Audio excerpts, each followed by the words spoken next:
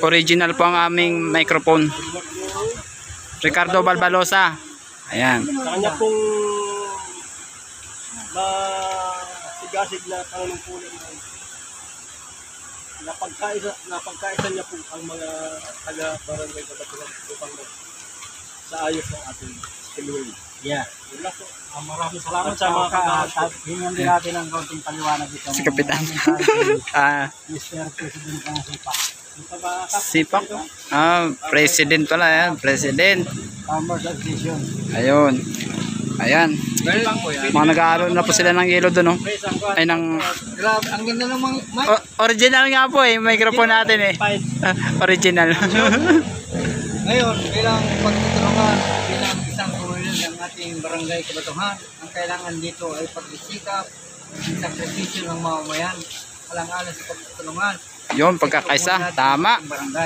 Tama yun. Ang pagtutulungan po ay sa lahat ng pumaraan bilang tayo ay nandito ngayon, tayo magkaisa.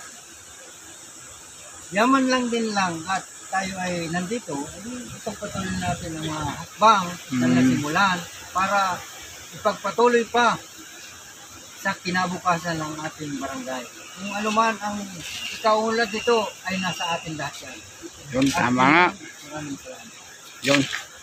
Salamat. May sa ating MC. President ng SIPA.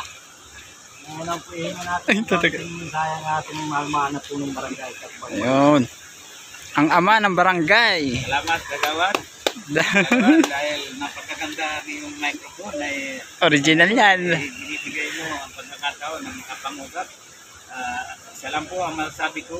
Sa oras na ito ay nagkaisa tayo para maisaayos at maisaganap yung mga napag-usapan ng mga nakaraan. Kaya sa mga nakipagtulungan, maraming salamat. Sa mga kagawad, appointed, at sa mga civilian, sa mga Philippine Army. Salamat po sa inyo nga. Ayun. 16 IB, Ayun. Maraming salamat po sa lahat na nakipagtulungan. Ayan po Okay. sila, oh. Pwedeng Ayan, zoom natin. Ayan. Ayan, oh. Ayan.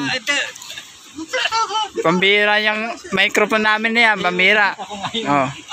Oh.